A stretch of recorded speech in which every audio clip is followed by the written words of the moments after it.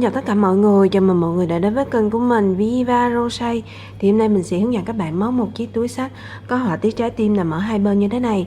Ok, bây giờ chúng ta sẽ bắt đầu luôn nha. Thì chất liệu đây mình sử dụng đó là len miêu bò, và ở đây thì các bạn cần phải có 3 cuộn len miêu bò, và kim móc ở đây mình dùng có độ dày đó là 5mm. Và ở đây thì mình sẽ móc chập đôi sợi len. Thì bước đầu đó là các bạn sẽ bước vào và móc phần đáy túi. Thì để móc được phần đáy túi, trước hết là các bạn cần phải lấy mũi đầu tiên. Và cụ thể cách lấy mũi đầu tiên sẽ là như sau. Bước đầu đó là các bạn sẽ căng len ra như thế này. Sau đó các bạn sẽ dùng kim móc và quấn qua len một vòng. Sau khi mà các bạn đã tạo được một phần lỗ như thế này rồi, thì các bạn sẽ dùng kim móc và kéo len qua phần lỗ như thế này cho mình. Như vậy là các bạn đã có được một mũi đầu tiên như thế này rồi. Bước tiếp theo đó là các bạn sẽ gầy lên cho mình tổng cộng là 20 mũi móc xích.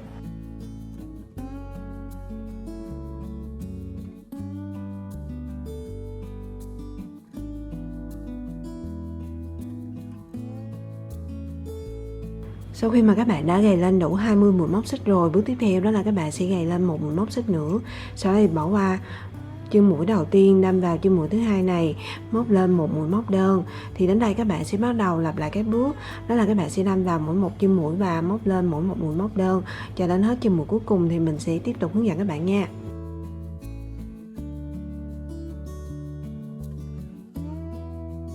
Thì sau khi mà các bạn đã móc đến hết chân mũi cuối cùng rồi, thì các bạn đã móc xong dòng thứ nhất, và tổng số chân mũi giờ các bạn đang có là 20 chân mũi. Tiếp tục đó là các bạn sẽ móc lên dòng thứ hai, và để móc dòng thứ hai, trước hết là các bạn sẽ gầy lên một mũi móc xích, sau đó thì xoay ngược phần móc lại, tiếp tục đâm vào chân mũi đầu tiên, móc lên một mũi móc đơn.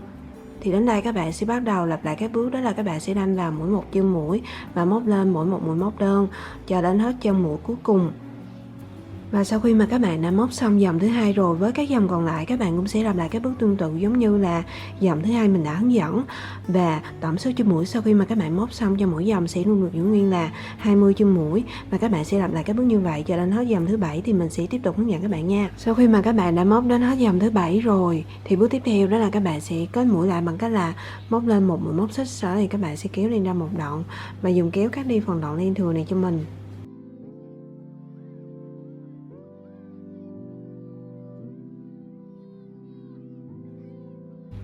Tiếp theo đó là các bạn sẽ chuyển qua móc phần thân túi. Thì các bạn hãy nhìn là cấu tạo của phần đáy túi là gồm 4 cạnh.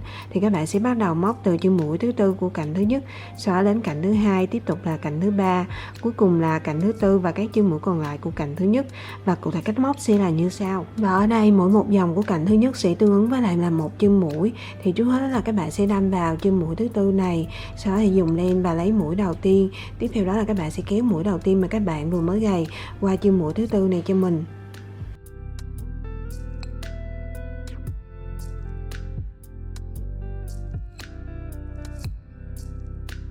Và bắt đầu từ đây thì các bạn sẽ móc lên dòng thứ nhất của phần thân túi.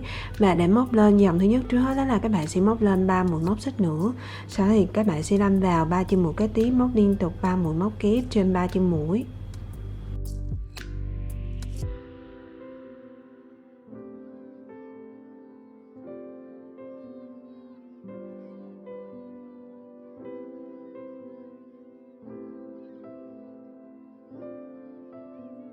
Như vậy là các bạn đã hoàn thành xong một phần của cạnh thứ nhất. Tiếp theo đó là đến cạnh thứ hai, và để móc cạnh thứ hai, trước hết là các bạn sẽ gầy lên 2 mũi móc xích, sau đó các bạn sẽ đâm vào chân mũi đầu tiên của cạnh thứ hai này, móc lên một mũi móc kép.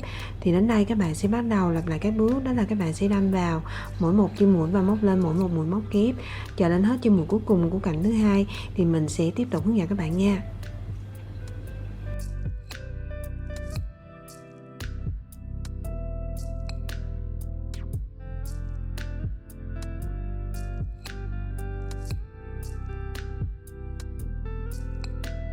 Và sau khi mà các bạn đã móc xong cạnh thứ hai rồi, bước tiếp theo đó là các bạn sẽ chuyển qua móc cạnh thứ ba.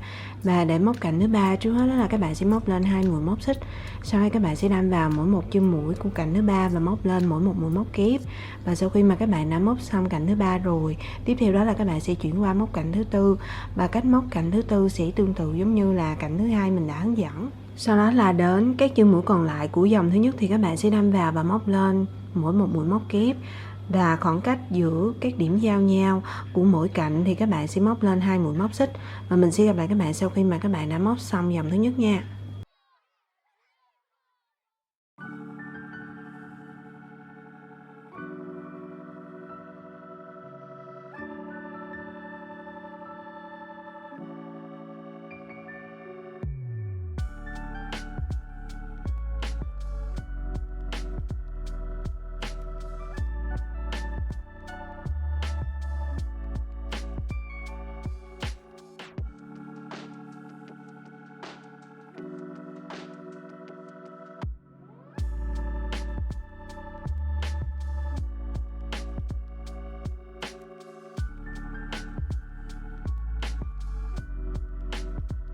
Sau khi mà các bạn đã móc đến hết cạnh thứ nhất rồi thì các bạn đã móc xong dòng thứ nhất, và để kết thúc dòng thứ nhất thì các bạn sẽ đâm vào chân mũi đầu tiên của mũi móc xích thứ ba nằm ở đây, sau thì kéo lên qua và móc một mũi dời.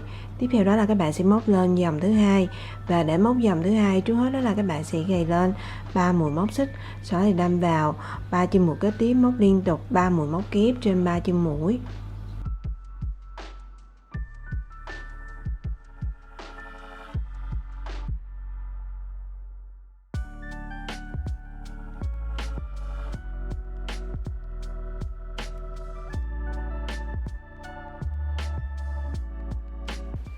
Tiếp tục các bạn lại đâm vào phần lỗ đầu tiên, kéo lên qua lần thứ nhất, sau đó lại đâm vào phần lỗ đầu tiên, kéo lên qua lần thứ hai. Sau khi đã có 4 đầu len trên cùng một kim móc như thế rồi thì các bạn sẽ dùng kim móc kéo lên qua 4 đầu len này, sau đó các bạn lại tiếp tục dùng len kéo lên qua 2 đầu len còn lại. Như vậy là các bạn đã có được một mũi hạt dẻ rồi. Sau đó thì các bạn sẽ gầy lên 2 mũi móc xích, tiếp tục đâm vào phần lỗ đầu tiên, móc lên một mũi hạt dẻ nữa.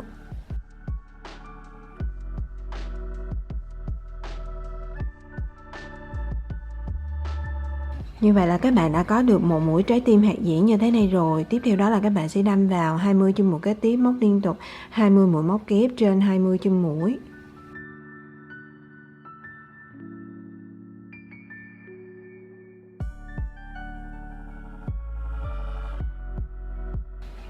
Tiếp theo đó là đến phần lỗ thứ hai thì các bạn sẽ móc lên một mũi trái tim hạt dẻ, và cách móc sẽ tương tự giống như là phần lỗ thứ nhất mình đã hướng dẫn.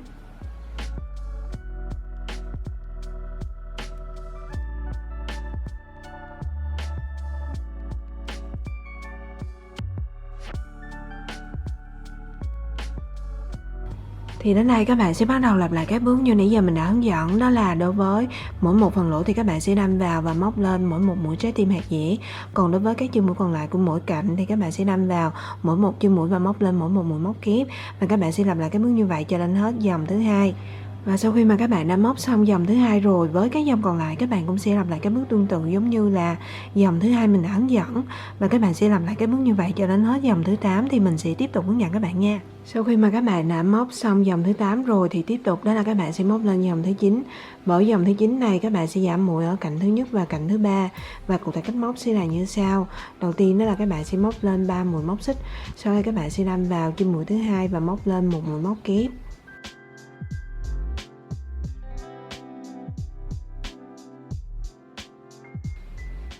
Tiếp theo đó đến chân mũi thứ ba và chân mũi thứ tư thì các bạn sẽ giảm đi một chân mũi bằng cách là các bạn sẽ đâm vào chân mũi thứ ba này, kéo lên qua lần thứ nhất, sau đó thì các bạn sẽ tiếp tục đâm vào chân mũi thứ tư, kéo lên qua lần thứ hai. Sau khi đã có 3 đầu len trên cùng một kim móc như thế này rồi thì các bạn sẽ dùng kim móc và kéo lên qua 3 đầu len này. Như vậy là các bạn đã giảm xong một chân mũi rồi. Tiếp theo nữa là đến cạnh thứ hai thì các bạn sẽ lặp lại các bước tương tự giống như là dòng thứ hai mình đã hướng dẫn, và mình sẽ gặp lại các bạn sau khi mà các bạn đã móc đến hết mũi trái tim hạt dẻ thứ hai là nằm ở đây thì mình sẽ tiếp tục hướng dẫn các bạn nha. Sau đó là đến cạnh thứ ba thì các bạn sẽ giảm đi 2 chân mũi, cụ thể là các bạn sẽ giảm mũi ở chân mũi thứ nhất và chân mũi thứ hai, chân mũi thứ bảy và chân mũi thứ 8, và cụ thể cách giảm mũi sẽ là như sau.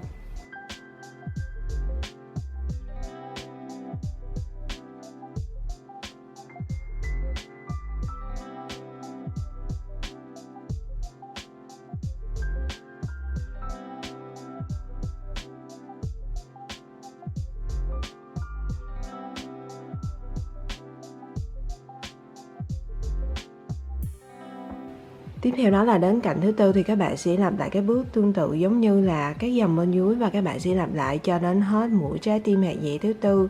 Thì còn lại 3 chân mũi của cạnh thứ nhất thì các bạn sẽ giảm đi một chân mũi ở 2 chân mũi kế cuối, còn chân mũi cuối cùng thì các bạn sẽ móc lên một mũi móc kép, và mình sẽ gặp lại các bạn sau khi mà các bạn đã móc đến hết chân mũi cuối cùng nha. Thì sau khi mà các bạn đã giảm mũi xong cho dòng thứ 9 rồi thì tổng số mũi của cạnh thứ nhất và cạnh thứ ba là 5 chân mũi cho mỗi cạnh, và tổng số mũi của cạnh thứ hai và cạnh thứ tư là 20 chân mũi cho mỗi cạnh.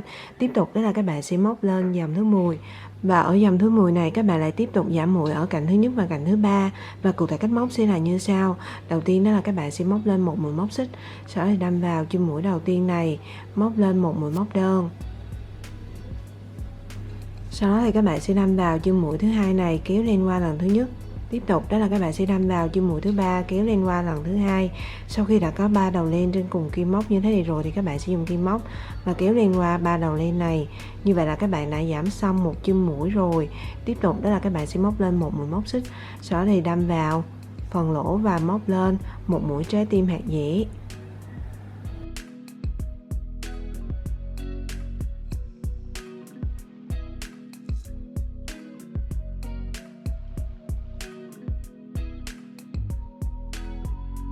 Tiếp tục các bạn lại móc lên một mũi móc xích, sau đó thì đâm vào các chân mũi còn lại của cạnh thứ hai và móc lên mỗi một mũi móc đơn.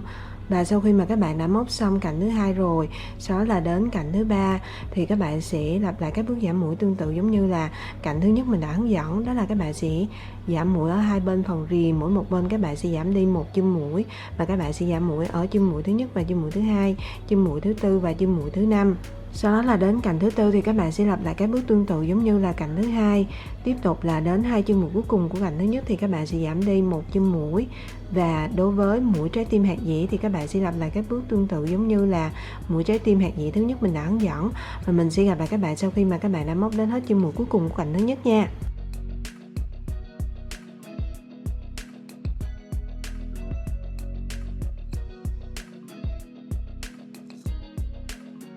Tiếp theo đó là các bạn sẽ chuyển qua móc hai phần dây xách. Thì đầu tiên đó là mình sẽ hướng dẫn các bạn móc phần dây xách thứ nhất trước nha. Thì để móc được phần dây xách thứ nhất trước hết là các bạn sẽ đâm kim móc vào phần lỗ đầu tiên này. Sau đó thì các bạn sẽ dùng len và lấy mũi đầu tiên. Tiếp theo đó là các bạn sẽ kéo mũi đầu tiên này qua phần lỗ đầu tiên này cho mình.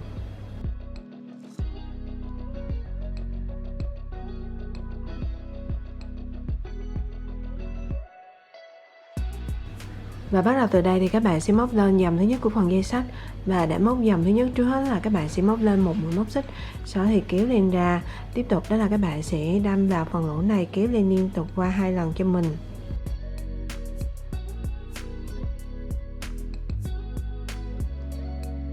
Sau khi đã có 5 đầu len trên cùng kim móc thì các bạn sẽ dùng kim móc và kéo lên qua 5 đầu len này cho mình.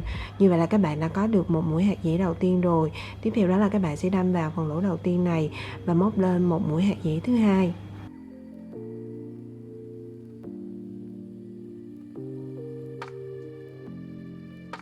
Như vậy là các bạn đã móc xong dòng thứ nhất rồi. Tiếp theo đó là các bạn sẽ móc lên dòng thứ hai. Và để móc dòng thứ hai trước hết là các bạn sẽ kéo lên ra một đoạn. Sau đó thì các bạn sẽ đâm kim móc vào phần lỗ nằm ở chính giữa hai mũi hạt dẻ. Sau đó thì các bạn sẽ kéo chân mũi này qua phần lỗ này cho mình. Sau đó thì các bạn lại móc lên một mũi móc xích. Và bắt đầu từ đây thì các bạn sẽ lặp lại các bước tương tự giống như là dòng thứ nhất mình đã hướng dẫn.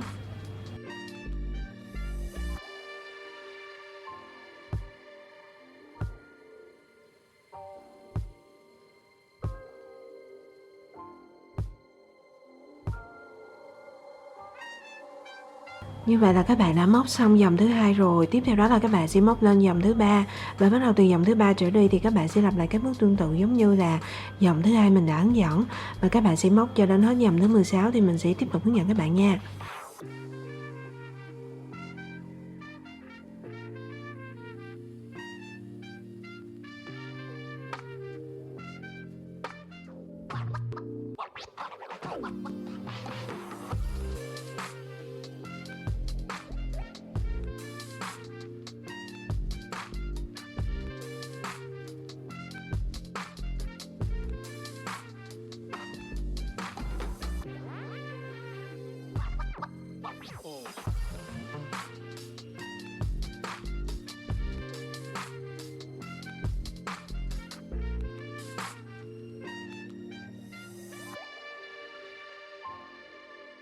Bước tiếp theo đó là các bạn sẽ nối phần dây xách thứ nhất này với lại phần lỗ thứ hai và cụ thể cách làm sẽ là như sau.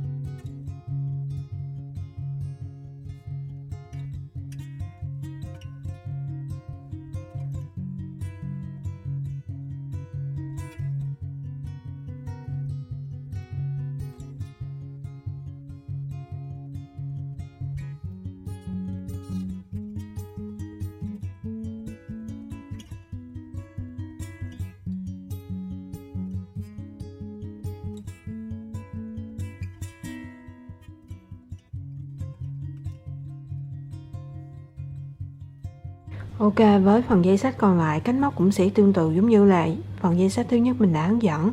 Sau đó thì các bạn sẽ khâu một cặp nút 500 vào phần mặt trong của miệng túi. Thì như vậy là các bạn đã hoàn thành xong một chiếc túi xách có họa tiết trái tim như thế này rồi. Mình chúc các bạn sẽ thành công với sản phẩm của các bạn làm ra nha. Chào tạm biệt và hẹn gặp lại các bạn ở video sau. Bye bye, see you.